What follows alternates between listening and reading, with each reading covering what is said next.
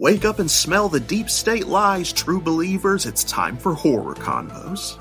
Go on there, point and click, get in there, talk about. What? Click. It's real easy, man. Wait, the government admitted to unidentified aerial phenomena? Well, shit, man, that takes all the fun out of it. Now I don't feel like an intellectually superior underdog battling against the establishment anymore. And now this tinfoil hat just makes me feel like an ass. Oh, what's next? They're gonna open up the old set of the moon landing? The hidden vault containing the last remains of Atlantis and the secret fucking CIA lab where AIDS was created just to make all of humanity's conspiracies into big public exhibits of some fucking declassified government secrets museum? That's so boring and trivializes the appeal. I ask for so few things in this life. God bless America. Well, on that motivating note, hello, and as I said, welcome back to Horror Convos, a casual, relaxing, and occasionally funny podcast where we choose one topic per episode and discuss any media related to it that we want. Movies, series, novels, comics, video games, radio dramas, nothing is off limits here. I often have guests share their thoughts and opinions with me. Please feel free to add yours in the comments below, leave a review if you like, and we hold regular polls for you to vote on what we discuss in our Patreon exclusive For the Fans episodes. If ads make you want to Naruto run towards the nearest line of armed guards, hoping their rate of fire will function like a Squid Game robot, visit our Patreon, where you can donate and listen to the full podcast ad-free along with other exclusive content. Horror Convos is available to listen to on YouTube, Google Podcasts, and Apple Podcasts, so please like, subscribe, and hit that notification bell so you never miss when our newest content is uploaded. Today's podcast asks one of the universe's biggest questions. Are we alone? Are there visitors among us? Are we under surveillance from some higher and/or far-away form of life? The answer to all of these questions, of course, is no, we're all alone. We're born alone, we die alone. We're lone wolf. Live alone, die alone. Yeah. Just kidding. Nobody's truly alone. It's physically impossible to be born alone unless you're some test tube baby born in a totally automated lab in a post-apocalyptic future. Everybody comes into this world in the presence of someone else, however briefly after growing inside them, and if you count non-human life forms, then it's generally impossible to die alone anywhere on this planet either. Even if you don't think about them or perceive them, there are living things of all shapes and sizes around us throughout our lives. Animals, insects, microbes. They surround us, live on us, penetrate us, live inside us, feed off of us. Basically like the Force, but more gross. Point being, nobody on Earth is ever literally completely alone. We can certainly feel lonely or even die lonely, but that feeling is usually just an illusion resulting from consciously or unconsciously narrowing our subjective perception of reality and what constitutes the term company in our own minds. If that feeling ever comes over you, just do what I do. Take a moment to just breathe and think about all the living things in the world beyond yourself, all the creatures big to tiny thriving around you. Take solace in the fact that from the moment you begin the journey of life, life is always your company on that journey, and you'll never escape it until the day you die. Maybe not even then. It's everywhere. All the time. That took a turn, didn't it? To all the germaphobes out there, I apologize. One person's existential comfort is another's nightmare. There, what are you going to do? Anyway, today we are indeed tackling the first edition of discussing aliens. Do they exist? What are they like? Do they like us? How in the ever-loving fuck would I know? Can you imagine tuning into this podcast right now? And I actually had the answers to those questions. Like, how many documentaries have we watched on the History Channel? I say history in quotations, investigating alleged alien activity only to end with this inconclusive what if kind of cliffhanger. Like, imagine if any show or other media actually definitively answered those great mysteries. It would be the most viewed work of media of all time. People around the world would be unified in shock. There would be countless reports of soiled pants, hospitalizations, people dropping dead of heart attacks. Yeah, very similar to what our most likely reaction will be to the rapture. Or that, like, the world just kind of collectively shrugged when the government admitted UFOs existed because we already knew that. It was the equivalent of them confirming water is wet at this point. I mean, this would be a whole other level. Like, even just one amoeba found on Mars, every cautionary alien invasion story would go in one ear and out the other. The moon landing would have nothing on this. It'd be the most incredible celebration of the millennium, at least until the genocide starts. Oh, yeah. Ooh, that's how it always starts. But then later there's running and screaming.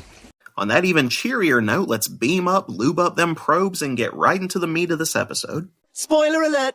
So I'm not sure exactly what my introduction to aliens as a concept was. The earliest examples I can think of are probably old black and white movies I'd come across while channel flipping when I was little. The first instance where I recall an alien story leaving an impact on me was E.T. I remember being simultaneously creeped out and falling in love with that puppet, mostly creeped out when he turned all sick and pale. You know, he was ugly enough before. Then crying back in love when he had to leave at the end. I'll always be with you, right here. In my heart? Actually, in your arteries. I remember having toys. No memories of playing the Atari game. What? I mean, what game? Sorry, I must be misremembering. There was no game or video game crash, and anyone who claims otherwise is spreading dangerous ideas and should probably be re-educated. There's no war in Ba Sing Se.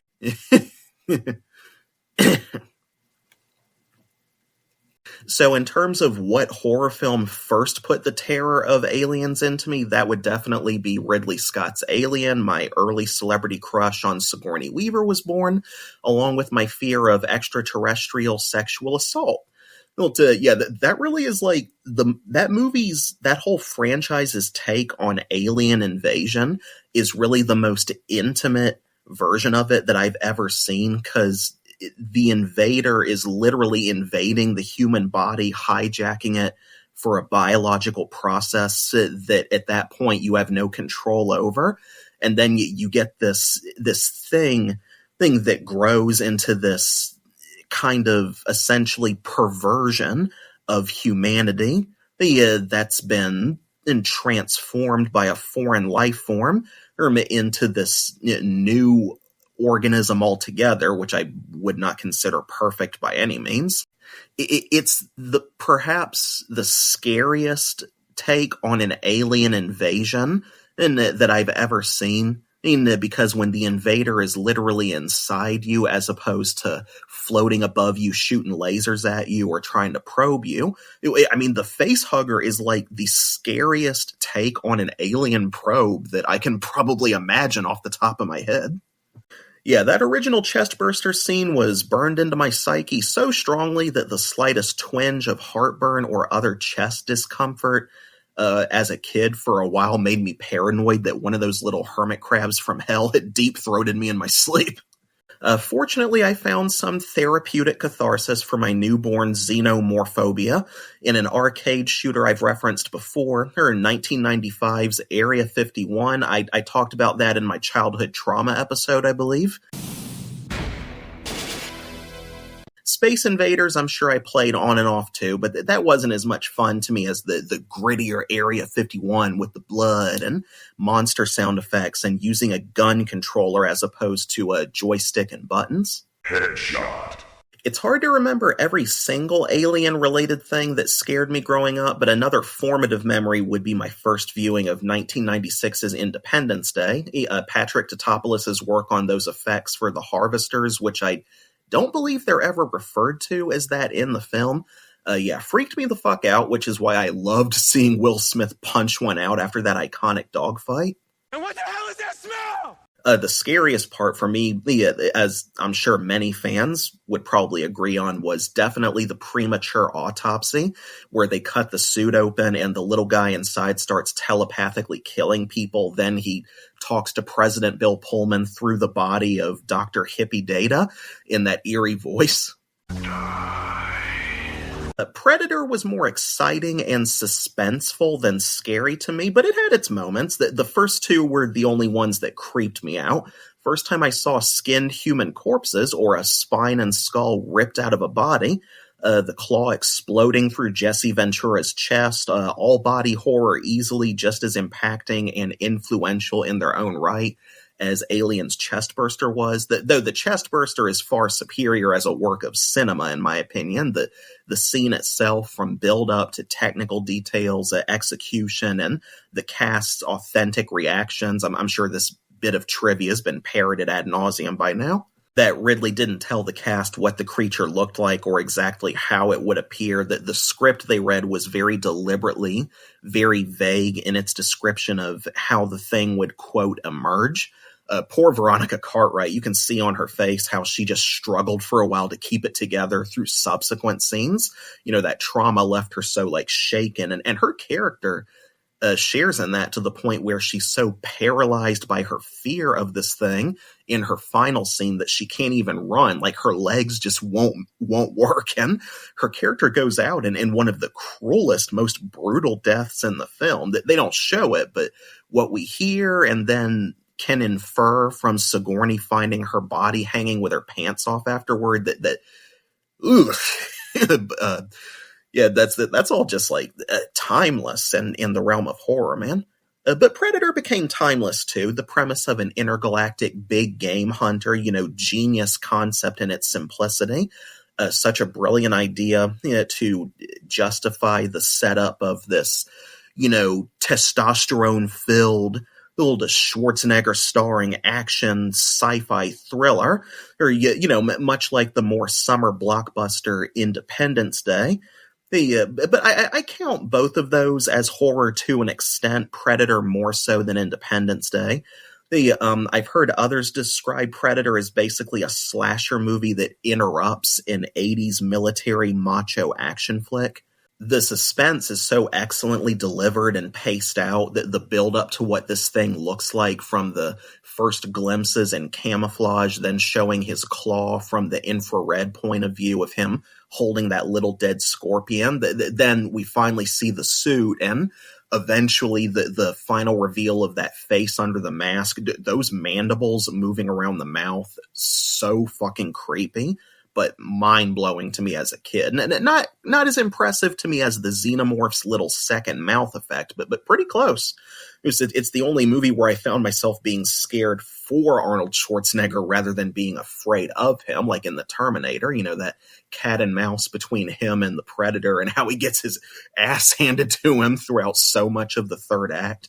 Just trying to get away from this thing or outsmart it, barely gets away from that explosion by the skin of his teeth. I could go on for a whole episode just about this one movie. 2004's Alien vs. Predator, and then AVPR, Requiem, whatever it was called, saw them both in theaters with my dad. Interesting dynamic where AVP was fun, but it felt too sanitized in retrospect, not scary or bloody enough. And the sequel just felt like an obnoxiously gratuitous overcorrection on that. Just a mess of a project that missed virtually every mark all around. Even the Predalien hybrid thing was kind of a letdown for me. It could have looked worse, but the anticipation from AVP's cliffhanger, waiting to see this thing fully grown in the next film, and we just get a bulkier xenomorph wearing predator dreads and mandibles that can reproduce more efficiently. I remember at the time I was like, cool, but that's it.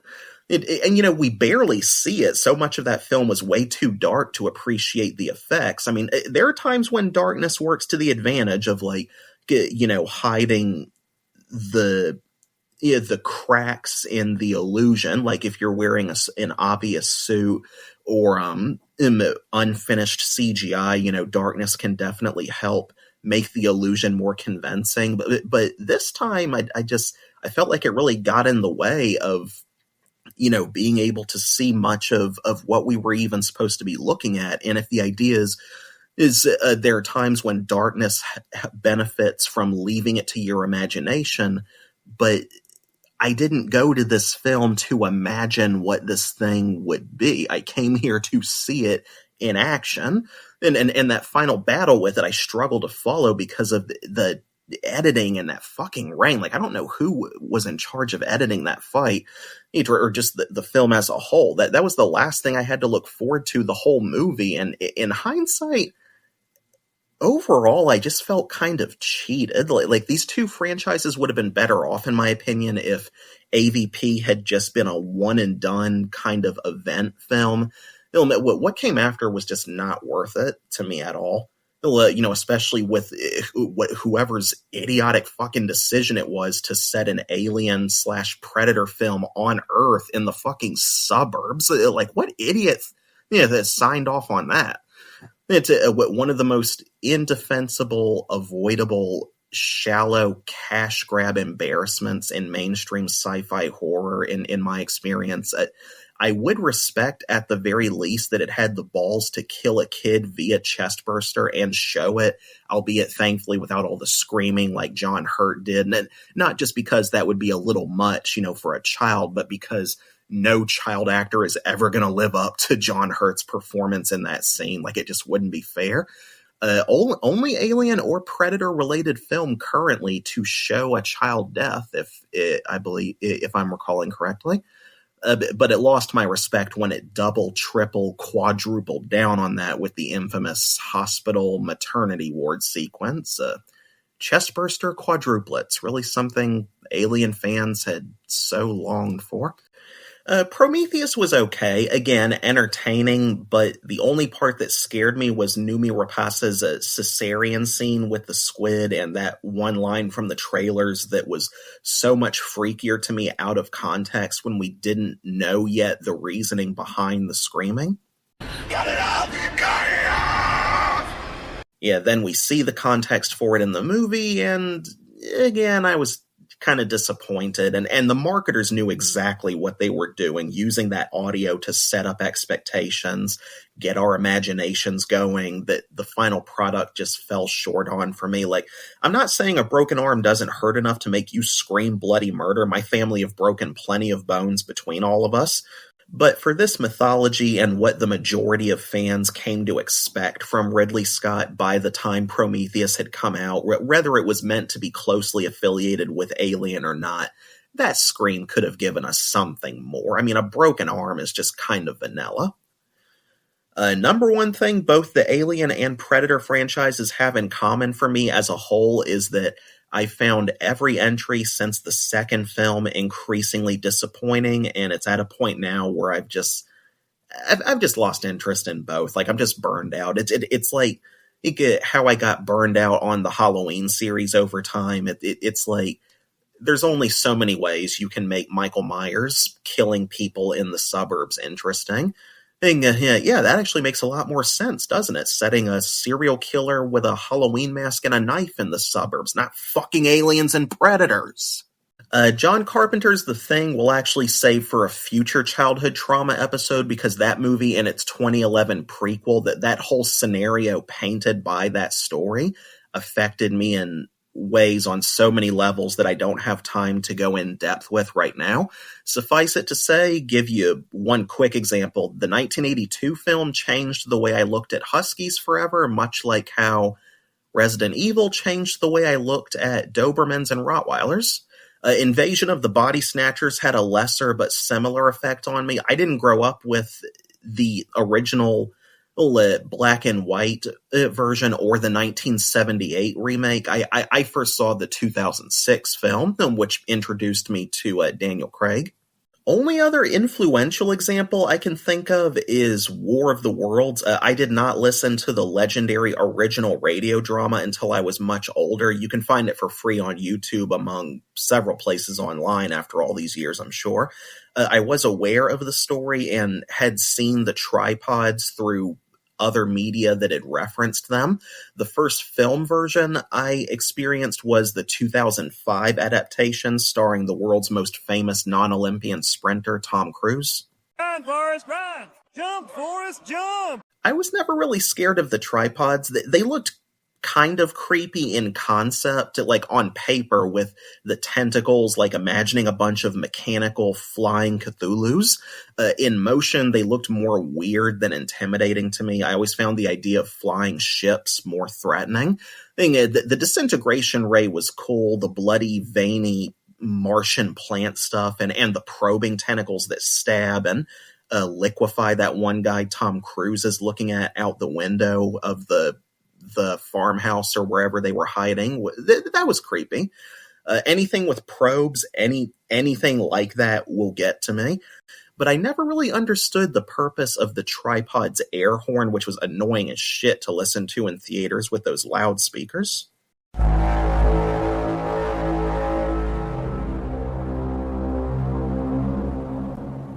Yeah, I don't know whose idea that was. Thank God they only used that sound effect a few times. The designs of the aliens themselves, when they're finally revealed at the end when they're dying, didn't scare me at all. Like, it was very obvious CGI. And once I had seen xenomorphs for the first time, that immediately spoiled me for almost ever being the slightest bit afraid of stereotypical little gray Martians again. And there was pretty much no way those were ever going to be nightmare fuel to me after or what Ridley Scott and H.R. Giger's work had accomplished. It was just H.R. Giger, his design was so fucking good. He just pretty much replaced the quintessential pop cultural image of aliens that we'd had for generations with a new face. It's like Giger and Ridley Scott together did for aliens what George Romero and John Russo did for zombies. Like, they modernized the concept to an arguably revolutionary degree that countless lesser imitators have been trying to recapture the magic of ever since, to the point that today, similarly to zombies, it's gotten rather played out. Just the xenomorph, by every metric I can think of, is equal in iconography at this point to the classical gray alien. So that's my personal history with the subgenre. Now we'll get more into expanding on the discussion, and joining me today is a lifelong family friend and unofficial uncle to my sisters and I. He unfortunately lives a bit of a ways from us, but he's here visiting right now. He's gone down the rabbit hole of looking into this stuff far more than I have. Please welcome to the podcast, Johnny. Do you believe genuinely that aliens exist? Yes or no? It's not just a strict yes or no answer. I believe that there are other living beings other than ourselves. We'd be naive to think that we were the only living being in the multi-vast universes that we have out there.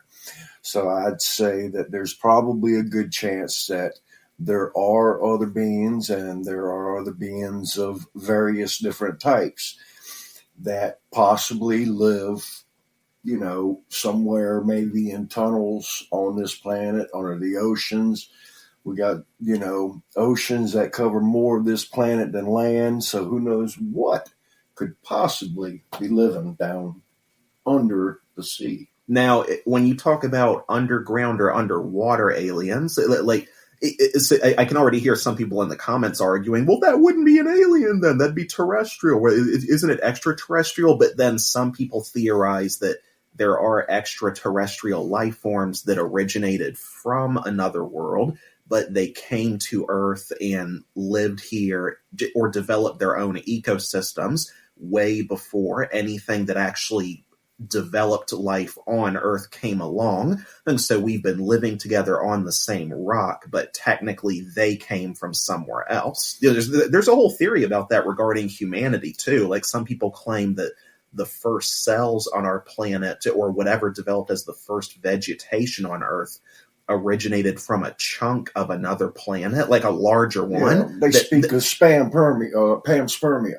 Oh, is that what they call it? Yeah, it's called panspermia. It's where a lot of people think, the scientists like to think that the life on this planet was started from an asteroid that had crashed into the Earth, and then through time, various different organisms progressed, and then multiplied. So back then, it could have started off with the smallest thing as an amoeba and worked its way to a crocodile, dinosaur, who knows? Right. That theory is basically that, like, the first cells that developed into single cell organisms as we know them originated from an asteroid that hit the Earth. Well, I mean, that's one theory.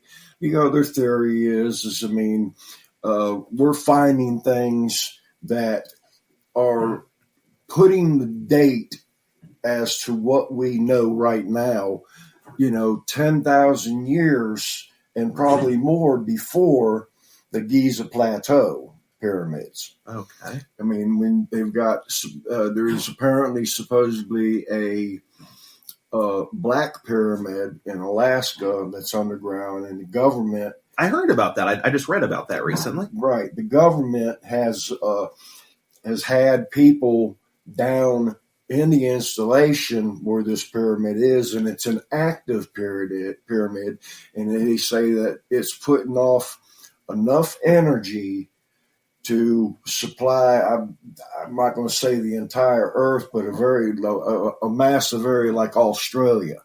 Is it what by energy? Do you mean like radiation or solar energy? Is it giving off its own independent energy, or is it geothermal? Right. Well, I mean, the government is not going to speak to us as to what energy. I mean, we can make the assumption that it would not be radiation unless they're down there, and everybody that is down there studying this has a hazmat suit on, right, to protect them from the radiation. So my guess is it's probably not radioactive. It's probably more of it could be a harnessed atomic type of energy, something like that. A lot of our fears of nuclear power tie into similar fears that people had when discussing the idea of reverse engineering technology from alien ships. The ships supposedly held at Area 51, the bodies, what have you.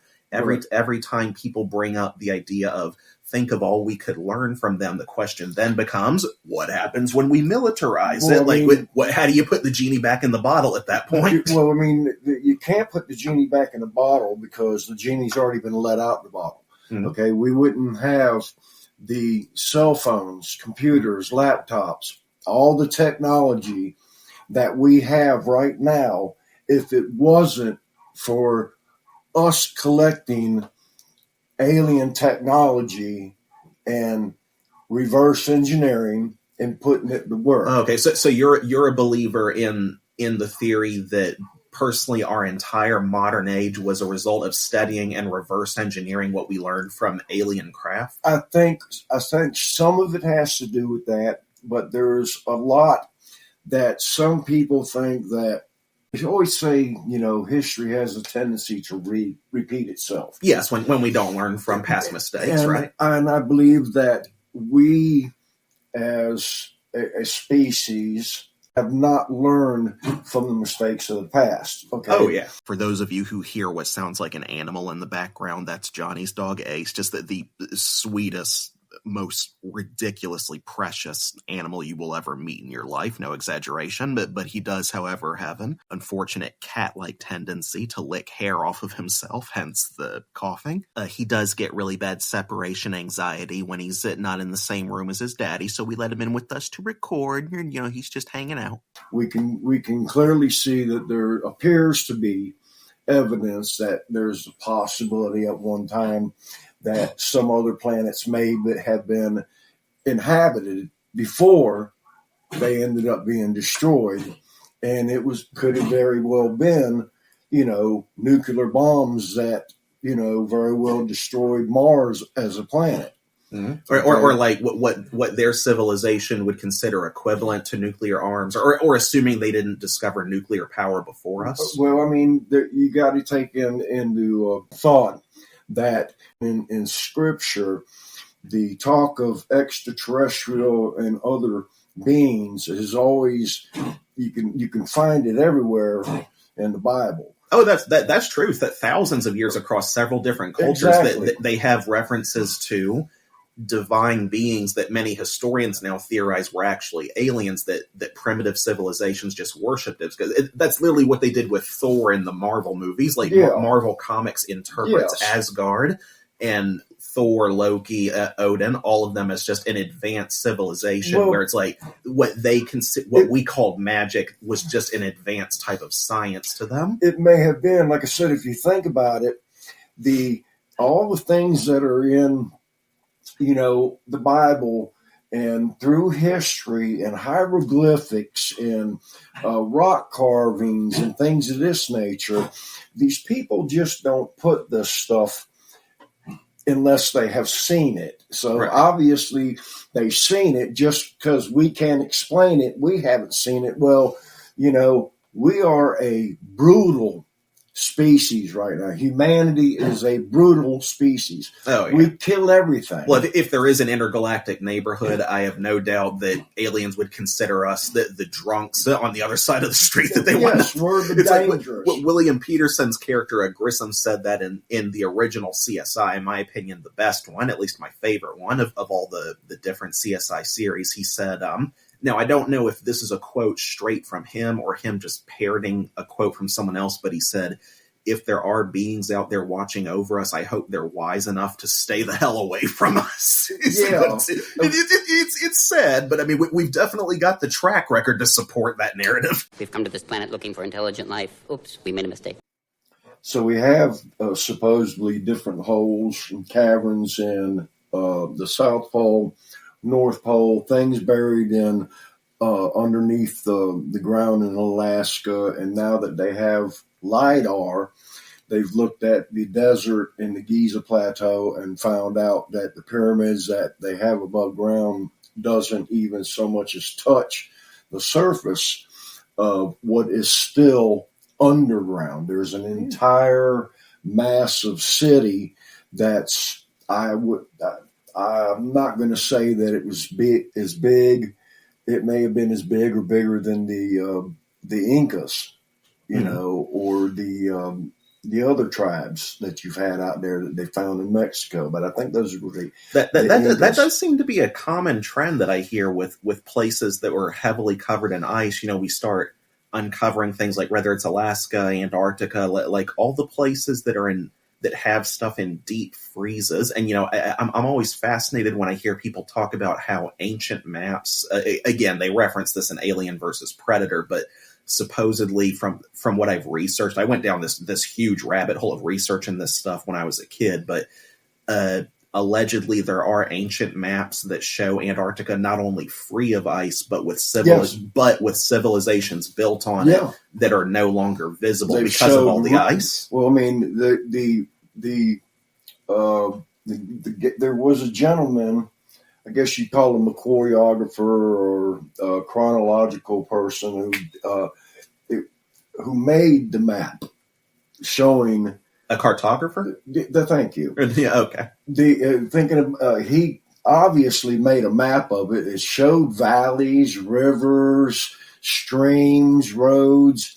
So in order for him to have been able to obtain that, he must have had to have known and seen the actual land to take and document it as a map, as part of the map. That is something historians have debated is like, how much of ancient cartography has evidence to support that the people were actually there versus how much of it is guesswork based on what they concluded the terrain and topography they couldn't see would look like. In some cases you have arguments being made that they didn't actually see everywhere that the map shows. They just made conclusions about what the rest of it would look like based on calculations of what they saw, and they figured, well, if this part looks like this, then naturally this certain amount of area in that territory would look similar, or depending on the biome, it would transition to looking more like this. No, that's something that I mean,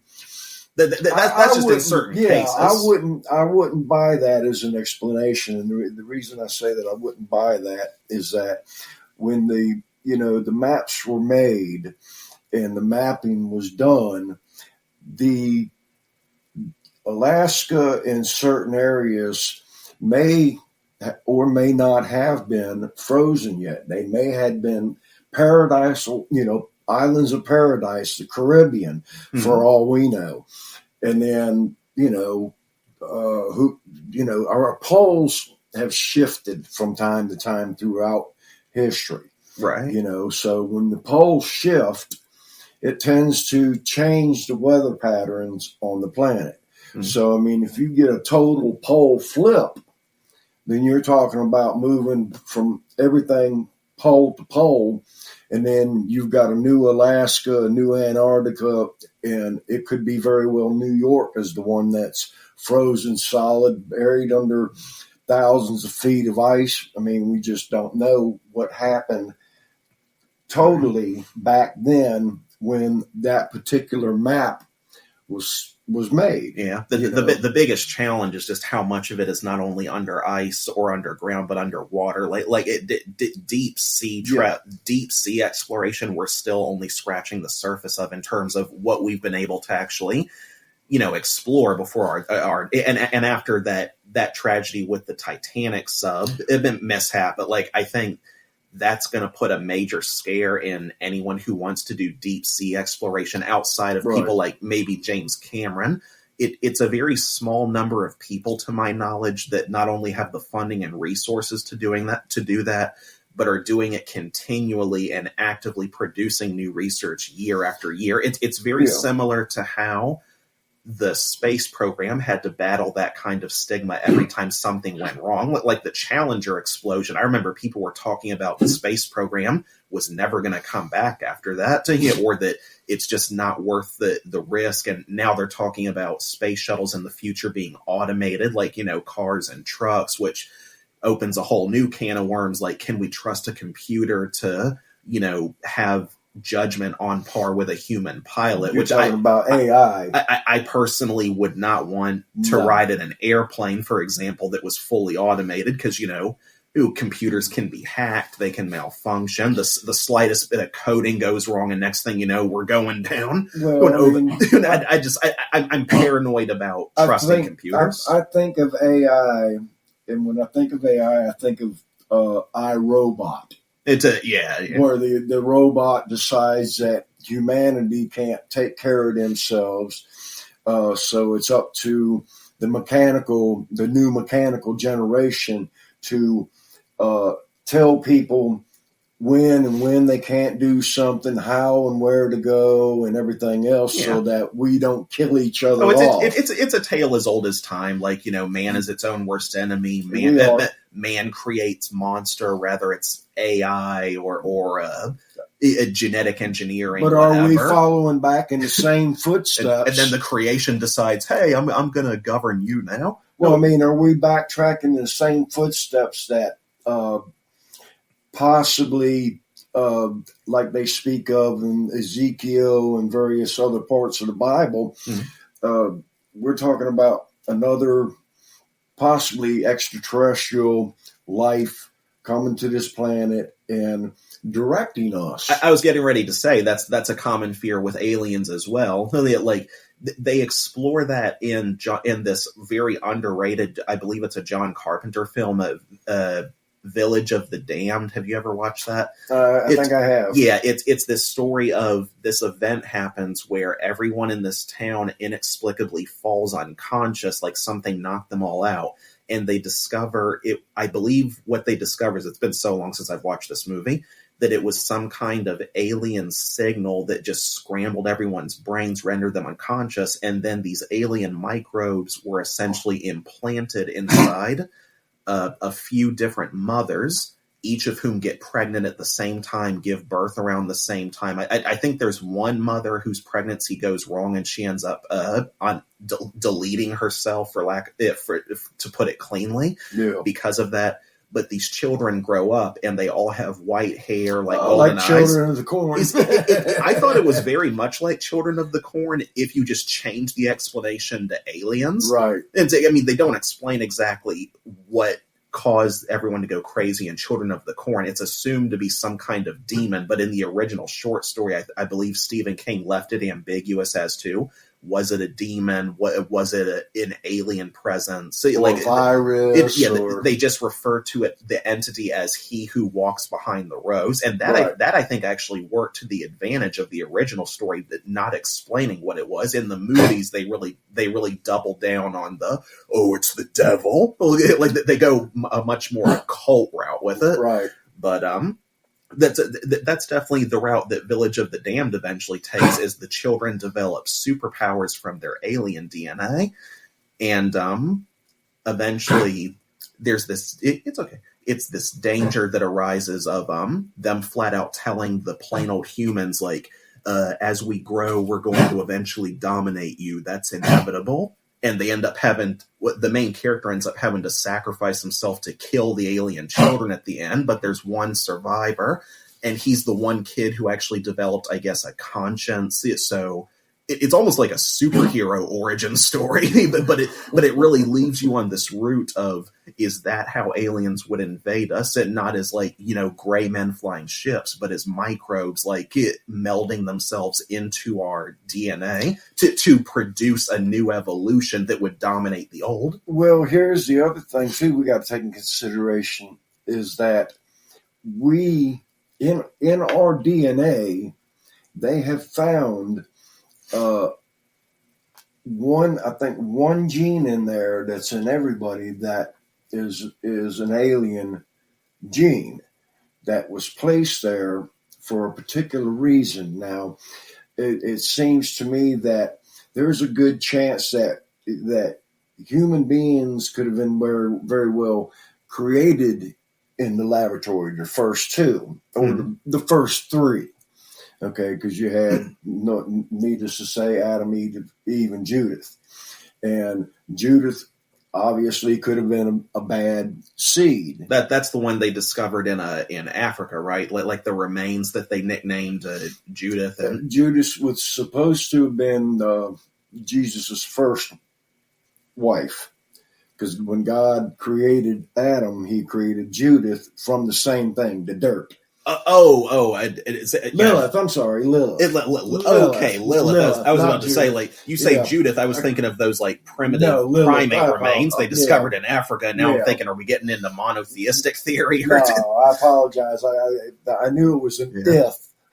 Back then, everything seemed to be an if. Yeah, I've read like several versions of like how people describe Lilith. I mean, some versions they say she's the mother of all demons. Some say she's Lucifer's wife. There's several different incarnations of her. I mean, they use the same name. Well, yeah. I mean, supposedly in the first when it was first seen that supposedly God created Adam and Lilith from dirt. And Lilith was not submissive to Adam. Mm-hmm. She was just like Adam. So God sent Lilith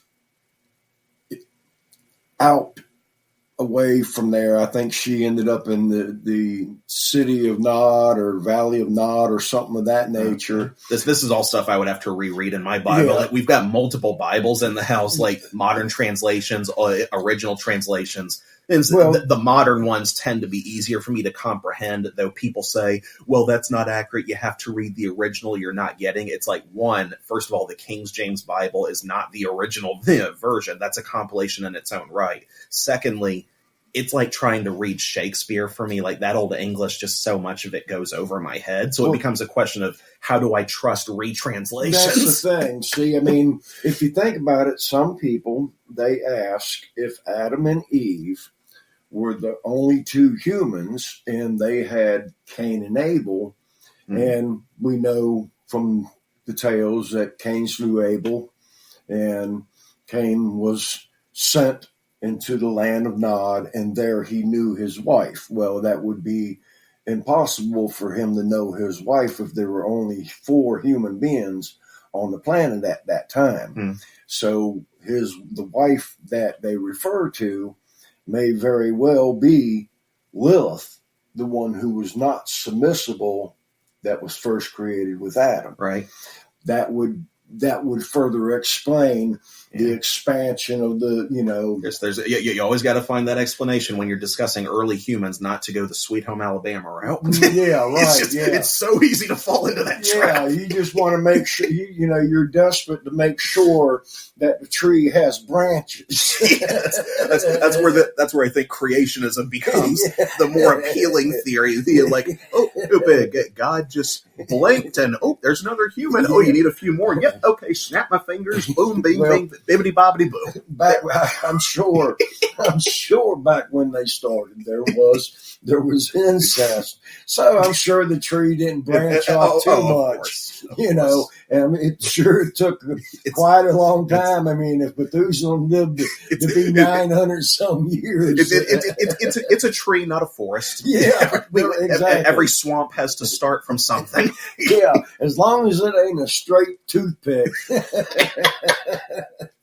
But so what was the first thing you watched or read about aliens that really got you into them, or were there any specific alien stories that really scared you growing up? Or I can't say that there was anything that scared me. I can say that there was, a couple of stories that tweaked the imagination. I mean, you had the stories about naturally everybody's favorite Roswell, but they tend to forget about some other ones. I mean, there was another crash where the town that it crashed in, the people literally buried the alien in their town and gave it a headstone. They buried it just like they would, the brother or sister. Where was this?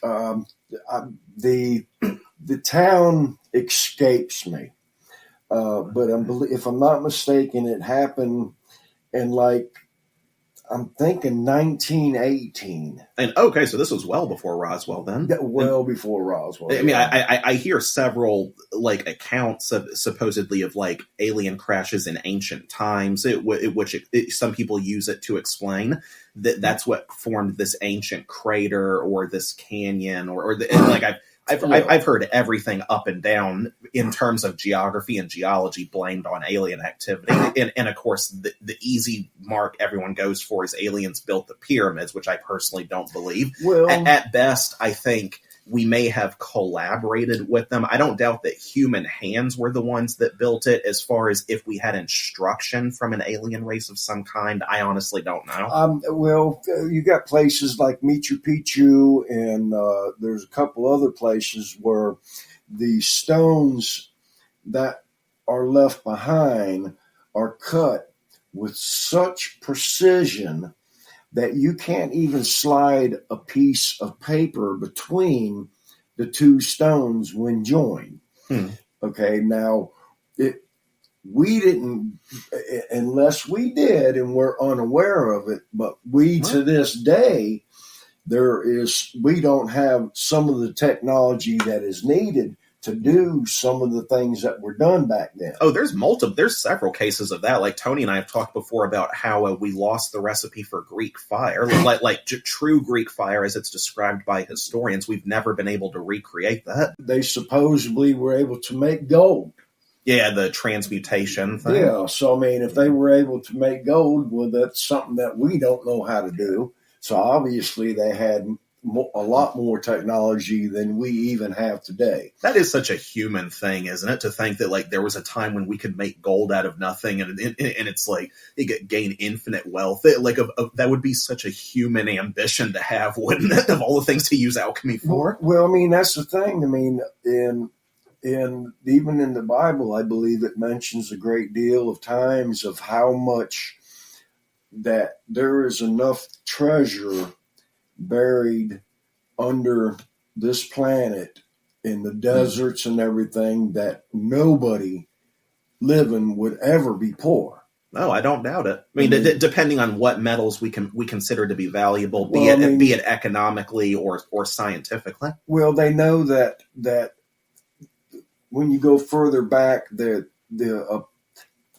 metal that was kind of like platinum, was involved in a lot of their makings of, jewelry and things of that nature. Right. So they found that there is, they found that, I forget what they call it, but it's a kind of a form of platinum, and that mixed with gold and silver. See, that those increases the value of it. Those to me have been the two prevailing metrics of value throughout humankind since ancient times. It's like there's either gold's always been number one. There's either the metric of, oh, it's pretty, it's cool to use in fashion or jewelry to distinguish royalty, for example, or it's valuable because, like, when we started learning how to polish and harness new types of metals, like, it's practical for warfare, architecture. Actually, I think it had a more important value, okay, because I have looked at the way that a lot of these massive cities have been set up, and they all look like schematics. Okay, and in all these places that these cities are as big as they are, had masses amount of gold. Egypt, masses amounts of gold. The Incas, the Mayans, El Dorado, I believe was that like a Mayan legend? Yeah. I always forget, like, I get the Mayans and the Aztecs confused so much as far as which is which. As far as architecture goes, they had the gold. Could a city be built from gold?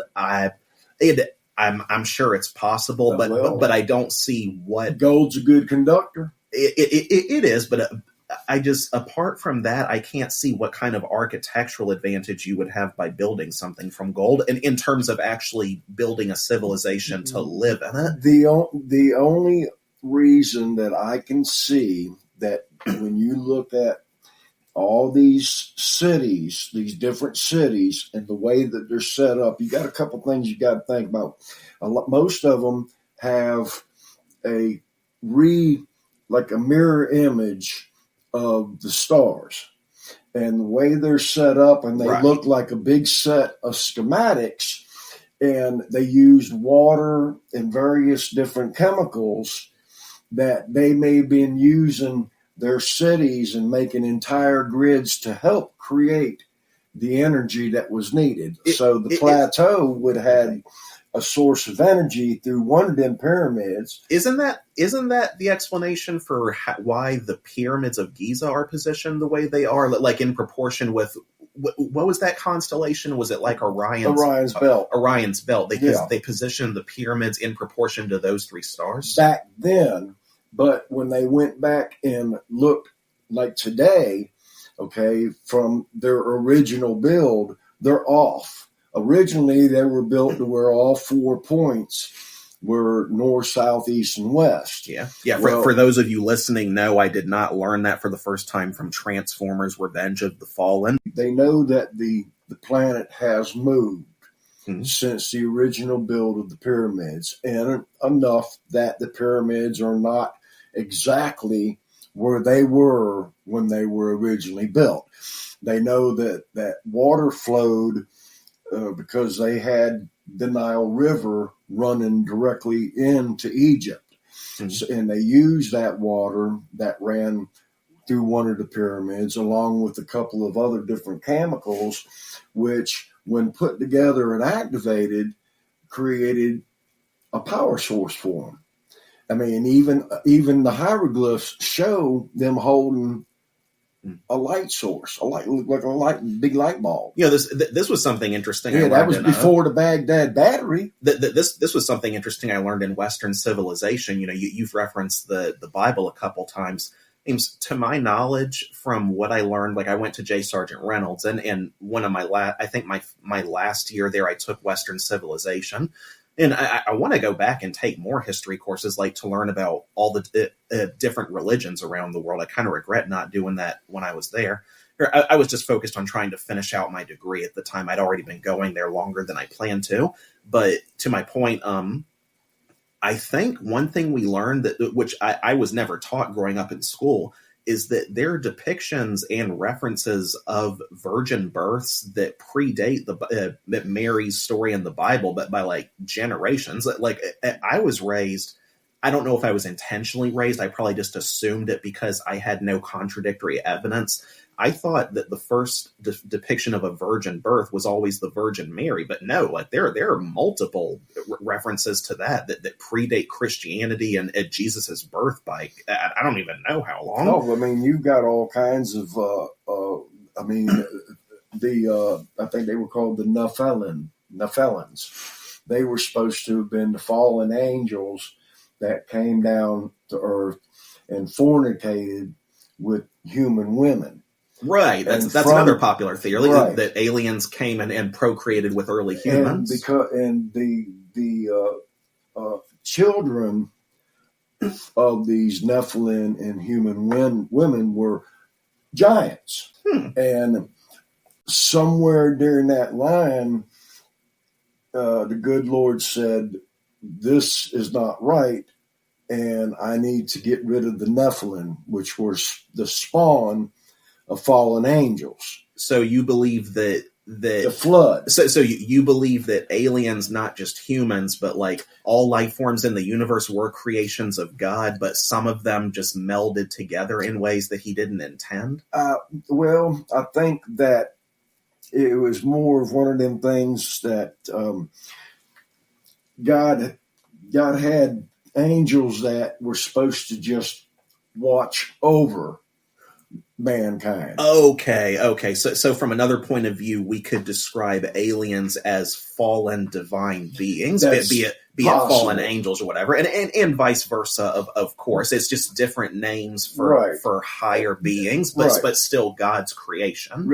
Everything is God's creation. I'm fully open to the idea that much of the life in our oceans probably originated from extraterrestrial life and just evolved to fit into the environment of the planet's oceans, because there's so many life forms we've discovered that we either don't know yet where its evolution traces back to, or it's something so new to us, like a new type of creature altogether, that we don't even know how to classify it yet, which raises the possibility, how do we know that every one of these creatures we've discovered evolved or originated on this planet in the first place? Because there is a theory I've heard, and this relates to the moon as well, that there's another theory that the Earth itself was a long time ago was originally a part of a much bigger planet, and at some point an asteroid struck it, and a piece of that larger planet, let's call it a mother planet if you like, broke off, settled into orbit into what would become the Milky Way around our sun.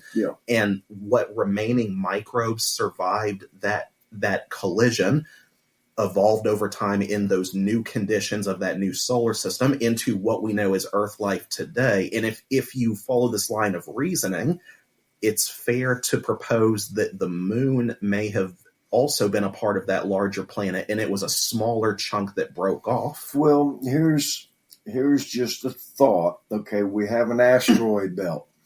We don't know how the asteroid belt got there. I mean, it could have been a planet that was destroyed billions of years ago because of the technology that what the species that lived on it, learned. Or just a random act of nature. Like it doesn't necessarily have to be technological or even intentional in nature. It could have been just a freak accident.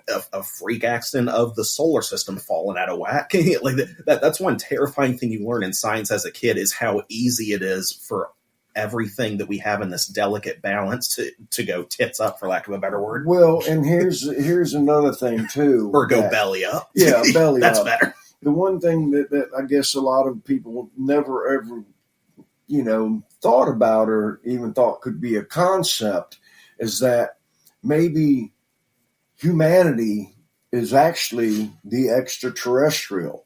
Mm-hmm. We're the visitors here, and everything else that's here on this planet, under water or anything else, were here way before us, and we're the alien experiment that was dropped on this rock to disrupt life that had continuously went on this rock until We got here, and then they had to start hiding. Like we're the oldest historical example of a science experiment gone wrong. But yeah, we make mistakes as humans.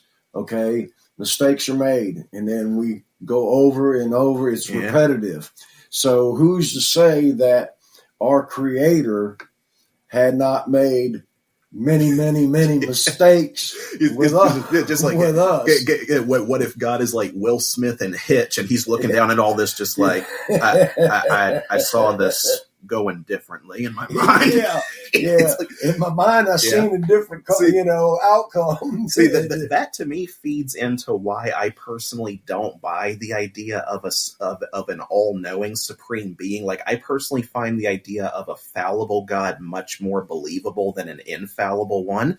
And I think a big reason why we cling so desperately to the idea that God is all-knowing, all-powerful, ever-present. And again, I'm not saying I know better than this. I'm saying I think the more you start applying even the most basic sense of logic to it, the idea of a fallible creator just makes more sense. And not just because it's more relatable, but because all the mistakes we've made in history, all the unexpected directions we've taken, and the messes we've gotten ourselves into, that to me is much more easier to swallow and actually gives me more hope that we can learn and grow and improve if you believe in the idea that, our Creator, contrary to many people's belief, is not perfect either. Maybe he was just a guy trying to do the best with what he could. And there were some things he simply didn't expect. Like a God like that, I could cut a lot more slack. Well, I mean, we speak of one. Nobody's ever taken the time to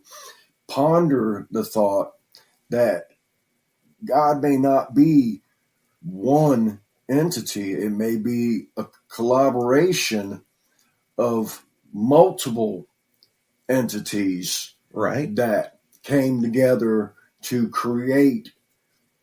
Who knows what they could have created? Everything, or a gigantic neural network that we just happen to be living inside of. Like that's what I personally start to imagine. The older I get, is that God, or what we perceive as God, is actually the cosmos itself, not just the universe, the entirety of the cosmos. Yeah. And this is again getting into very metaphysical stuff. They discuss some of this in Mike Flanagan's Midnight Mass, which directly addresses science versus belief in an afterlife. Right. And there's a part where they talk about how God and by extension humanity we're all essentially the cosmos dreaming of itself, or the cosmos is one collective consciousness.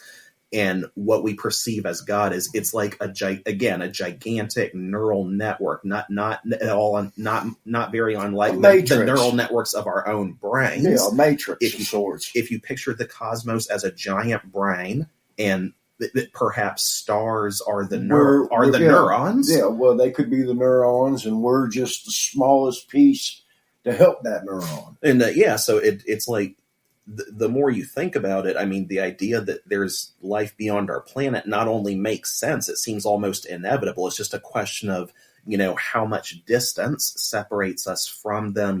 Is it impossible with our lifespans, or even if we evolve to develop 10 times our lifespans, is there just too much space for us to ever possibly interact with one another? I don't know. We could be a giant intergalactic neighborhood, depending on how you define a neighborhood, relatively speaking, in by metrics of space, but maybe we're just too far away from each other to know it. I think that we're just a little bit too far from grasping what the possibilities are. I mean, we could be just in like one of 7 Earths that are in the same Earth that we're living on. Mm-hmm. There could be 7 other dimensions of this planet. Oh yeah. See, now you're talking dimensions. Before I thought you were talking like we're one of those those Russian dolls that like there's a layer after layer underneath. Well, I mean, like the whole hollow Earth theory, like Jules Verne and all that. I mean, there's a possibility that we can't say that doesn't exist, because we've had very experienced pilots describe places that they have flown into that are got plant life. They're, under like in the Philippines where they found that one cave that, they went down in it and it was his own earth under earth, had plant life growing, had I think I know where you're talking about. Was that giant hole they went down, and it had a level of some kind of chemical barrier. It's like, I don't know exactly how this works with water. I know there are conditions where water can have layers to it depending on what minerals or chemical reactions are happening in it. And when you look at it, it looks like a layer or a roof almost, where the water underneath looks thicker or a different color, and the water above it looks more like traditional water. Well, is that what you're talking about? No, I mean, they know that under Alaska there are freshwater lakes under the ocean. Right. Like that. Okay. So yeah, where there's fresh water, there's usually life. Yeah. I mean, we see the ocean, and then when we go down and we find out that there's lakes, of fresh water under our oceans. Well, I mean, why would they be there unless there was the possibility, of some life form? I gotta get it. I gotta get someone with like a background in oceanography to talk about this on the podcast, because like now we're getting in. We're mixing alien horror with underwater horror, because like the amount of unknowns again when it comes to the oceans is. I gotta wonder. No, Jacques Cousteau. That's what Tony mentioned to me. Jacques Cousteau. I misheard him. I thought he was talking about Jacques Clouseau from the Pink Panther films. That's Jacques Cousteau, but I'm sure he's got a granddaughter and a grandson or something like that. There's still the bloodline that's still out there doing research underwater. So it sounds like Steve Irwin's family still working with animals. I think, if I'm not mistaken, I think it's a brother and sister that followed in Jacques Cousteau's footsteps, and they do things of that nature. And that concludes this episode of Horror Convos. I hope I can bring Johnny back someday. He and I always have such fun talking about a wide variety of things. Like, you can tell we get so into it when it's the two of us together. If you'd like to hear the extra stuff that didn't make it into the main podcast, you can check out our compilation of outtakes along with other exclusive content on Patreon. We go on tangents often, but he's one of the best people in me and my family's life. Like, love him to death. In the meantime, comment below, what was your introduction to aliens as a concept? What media with aliens was most influential on you as a horror fan? Do you believe in aliens? If so, what types? Are they already living here? Or are we all just one big interstellar experiment? Don't be shy with your thoughts. Remember, this is more than a podcast. It is a dialogue between horror lovers. Here is your regular reminder that Horror Convos is available to listen to on YouTube, Google Podcasts, and Apple Podcasts. Be sure to like, subscribe, and hit that notification bell so you stay up to date on our newest content. Until we talk again, good night and be well. I'm not saying it's space aliens, right? But it goes without saying it's fucking space aliens!